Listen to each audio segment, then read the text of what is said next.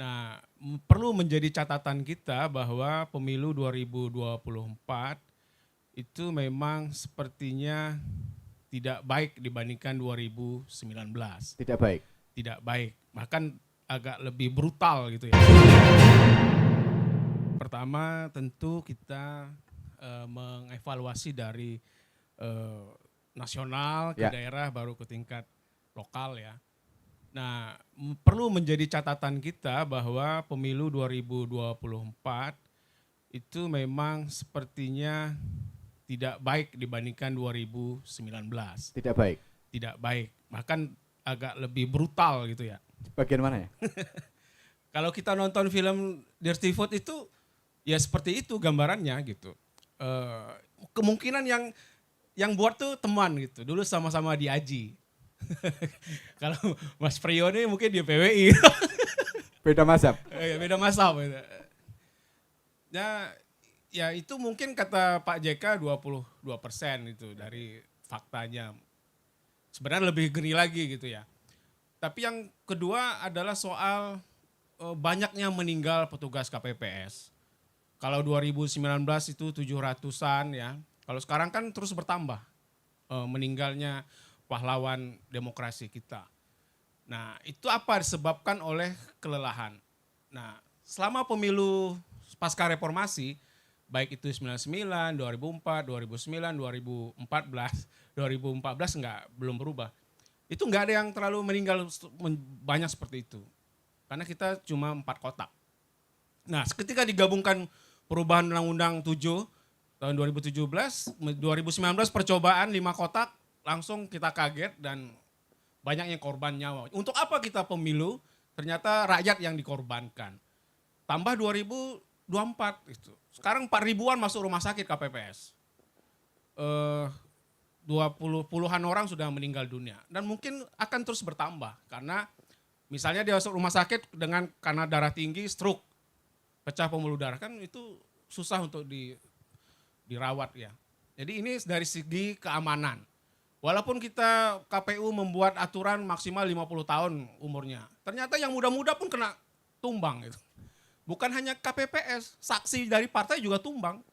Karena kelelahan, karena mereka dari pagi, dari subuh, ketemunya subuh lagi kan. Itu pun belum selesai. Selesainya jam 11 siang kadang. Nah itu kecapean, lelah dari segi penyelenggaraan. Maka wajar ketika saksi itu, kalau udah jam 12 malam udah ngantuk itu. Setuju? Setuju. Nggak bisa ngawasin lagi kalau udah malam udah lelah gitu. Nah ada dugaan-dugaan pergeseran suara itu, ya itu manusiawi karena saksi sudah matanya udah nggak awas gitu. Kalau dari jam 14 sampai maghrib itu masih keras itu, masih sama mempertahankan argumen. Kita bisa lihat di TPS. Tetapi setelah Isya itu mulai kendor stamina, apalagi nasi lambat datang, nasi bungkus lambat datang. Itu persoalan, memang realnya seperti itu. Tambah jam 12 malam masuk ke penghitungan provinsi, tingkat provinsi. Itu sudah lelah Pak. Masuk ke tingkat kota makin tambah rumit, karena calegnya lebih banyak. Itu stamina udah habis, kita nggak tidur. Nah ini karena faktor kelelahan, semua mengakui lah, baik dari Kementerian Kesehatan, dari KPU, dari Bawaslu, kini kita lelah dengan 5 kotak itu. Nah, mungkin kita bersuara lah dari daerah yang mengusulkan, udah direvisi lagi Undang-Undang 7, jangan 5 kotak sekaligus. Untuk apa kita menghemat anggaran, tetapi nyawa rakyat kita tidak bisa kita selamatkan yang menjadi petugas. Ya kita cuma mengenang mereka sebagai pahlawan demokrasi, untuk apa? Anak-anak mereka ditinggalkan, suami ditinggalkan. Itu dari segi penyelenggaraan. Kemudian dari segi rekap itu. Masa punya KPU kalah saing dengan punyanya Pak Hadar Nafis Gumai gitu. Juga mantan KPU. Itu jadi lelucon gitu sekarang. Apa lembaga yang dulu saya di situ ya bergabung. Jadi bahan lelucon di netizen. Puasa jangan kasih tahu KPU katanya. Kalau kita 30 bisa jadi 300 hari nanti kita puasa. Kan apa? Sangat menyedihkan begitu. Kayak tukar uang nanti menjelang lebaran. Tukar 50.000 jadi berlipat-lipat ganda. Karena si rekapnya bermasalah. Nah, walaupun kita tahu, partai juga tahu bahwa Sirekap itu nggak menjadi awal untuk menentukan kemenangan. Dia hanya sebagai ya hiburan lah. Kira-kira mau menang ini. Tapi kan yang manual, yang rekap dari berjenjang itu, yang C1 plano itu yang dipegang oleh partai. Tetapi sudah muncul stigma gitu. Sekarang kan kita bisa nonton, caleg saling mengklaim kemenangan. Karena ada Sirekap, ada juga yang perhitungan saksi manual. Karena kita tahu juga partai nggak semua punya saksi di TPS, ya kan? Mungkin partai-partai besar mungkin punya, tapi partai kecil dia nggak punya. Dia mengandalkan melihat saksi partai lain atau punya saksi Bawaslu atau yang lain lah.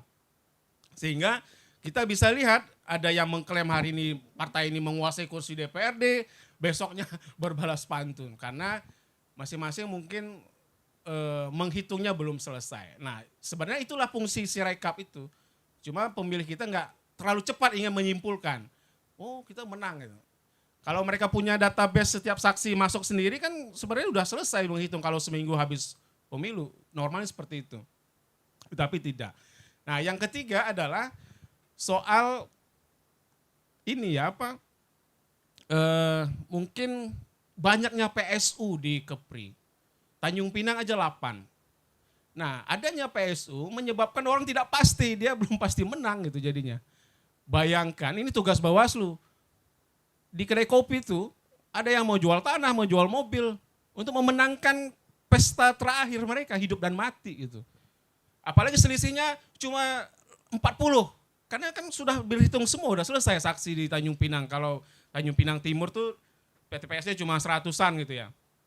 Udah masuk, kita selisihnya 30. Gimana caranya bisa menang dapat melewati pesaing. Walaupun itu di internal partai juga rebutan gitu. Apalagi sesama partai. Nah itu yang menyebabkan pemilih tidak pasti tadi. Sehingga mereka udah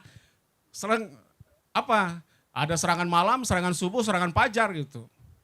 Ada yang mengira 1 juta sampai 3 juta satu suara dihargai. Kenapa? Karena sudah tahu hasilnya. Nah, maka terjadilah pertempuran di TPS PSU. Ini kan siapa yang dirugikan? Yang dirugikan juga caleg yang sebelumnya sudah menang, ternyata tidak bisa mengklaim menang. Karena kalau dia tidak bermain di PSU dia bisa kalah.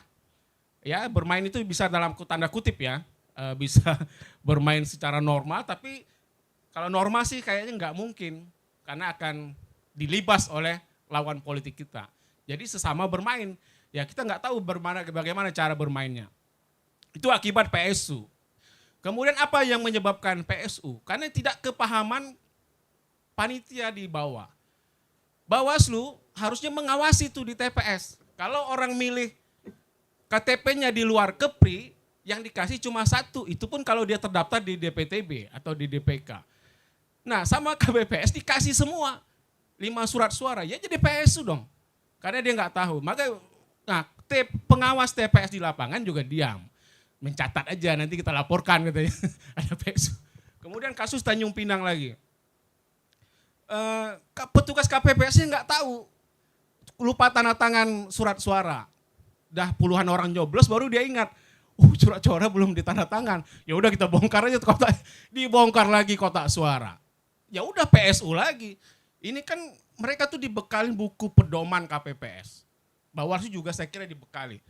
Apa yang menyebabkan PSU? Karena surat suara dibongkar. Lalu orang yang memilih tidak sesuai dengan kriteria memilih. Kan itu sangat mendasar sekali. Mengapa mereka tidak paham? Ya karena mungkin saja BIMTEK-nya waktu di BIMTEK dia nggak dengar gitu lagi main handphone atau sehingga teknis pemilu itu nggak paham. Nah 8 TPS itu menyebabkan PDIP sama Hanura lagi rebutan Pak Saad ya di kursi Tanjung Pinang. Itu menyebabkan PDIP sama Hanura belum tentu pasti siapa yang duduk. Karena kejar-kejaran suaranya. Banyak caleg yang lagi kejar-kejaran. Ya, baik. Kita akan perdalam soal PSU. Bang, penyebabnya tadi Bang. Kira-kira Bang Priyo, ada beberapa kesan dari tanda tangan seperti yang disampaikan oleh Bang Robi tadi. Apakah seperti itu? Jadi gini, pertama ini sebenarnya bukan soal lomba-lomba ya. Jadi tapi saya tetap harus bicara data juga Bang Robi ya. Jadi tadi ada pembandingan antara kawal pemilu dengan info pemilunya KPU. Kawal pemilu punyanya jadi ya, Jaringan Demokrasi Indonesia ya Pak Hadar dan kawan-kawan. Ini kalau kita bicara unggah C hasil antara yang dikawal dengan yang di info pemilu, sebagai perbandingan kalau yang di info pemilu sejauh ini kan untuk PPWP Presiden itu sudah 600 ribuan, jadi sudah hampir 74% Bang Robi.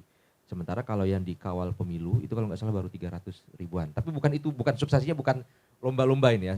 Nah atau kalau di Provinsi Kepri untuk C hasil yang sudah diunggah teman-teman KPPS itu sekitar 3.300 TPS.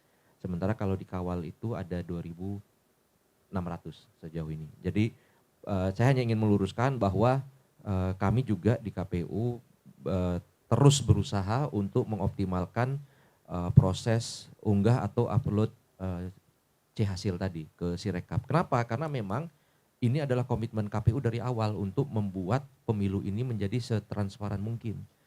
Bahwa kemudian ada proses konversi yang itu tidak akurat 100%, kami akui. Istilahnya tadi Bang Robi harusnya misalnya 50 terbaca menjadi 58 misalnya, atau 57 karena garis bawahnya terlalu rendah di bawah terbaca jadi 52. Tapi itu kan kadang tidak terhindarkan karena itu adalah bagian dari, ini kan yang kerja sistem. Kami akui itu dan gak usah jauh-jauh lah, dulu waktu kita SMA atau kita kuliah atau waktu mungkin ada yang pernah ikut tes ini, tes itu, zaman itu ketika kita masih musimnya mengerjakan soal dengan melingkari, menghitamkan, kita betul-betul diminta untuk berhati-hati jangan sampai ada yang arsirnya keluar, jangan sampai ada yang tertekan terlalu dalam dan sebagainya karena berpotensi mesin scan-nya tidak bisa membaca itu secara akurat. Ya kurang lebih logikanya sama seperti itu. Hari ini yang terjadi juga ketidakakuratan Sirekap dalam membaca C hasil itu juga bisa dipengaruhi oleh faktor kualitas fotonya, faktor kualitas kamera HP-nya, atau kemudian faktor gaya tulisan tangan dan sebagainya. Jadi banyak faktor. Nah karena itu sebenarnya KPPS pada saat mereka mengupload atau mengunggah C hasil untuk DPR, DPD, DPRD provinsi dan DPRD kabupaten kota, ketika ditemukan ketidakcocokan, itu mereka sebenarnya bisa langsung memperbaiki seketika itu juga. Nah, atau kalau yang PPWP, setelah mereka upload kemudian di-scan, ketika hasilnya tidak sesuai, ketika hasil konversi dari gambar ke angka atau numerik itu tidak sesuai, sebenarnya ada pilihan bagi KPPS untuk mengklik tidak sesuai. Cuma ya itu tadi kita maklumi bahwa bisa jadi karena faktor kelelahan, bisa jadi karena faktor kurangnya pemahaman. Akhirnya mereka klik saja sesuai. Ketika mereka klik sesuai itu langsung terpublish. Nah itulah yang hari ini menjadi viral di mana-mana dan sudah ya kita sih berprasangka baik saja lah, sudah dihubung-hubungkan dengan bulan puasa, lebaran dan sebagainya. Kita berprasangka baik saja lah. Bagian dari kegembiraan menyambut bulan suci Ramadan ya, kita seperti itu. Baik, tidak ingat Ramadan. Ingat Ramadan berarti. Ya, tapi sebenarnya yang terjadi seperti itu, bukan kesengajaan, bukan sesuatu yang dikerjakan secara sistematis dengan tendensi untuk curang. Ya. Download Tribun X sekarang. Menghadirkan lokal menjadi Indonesia.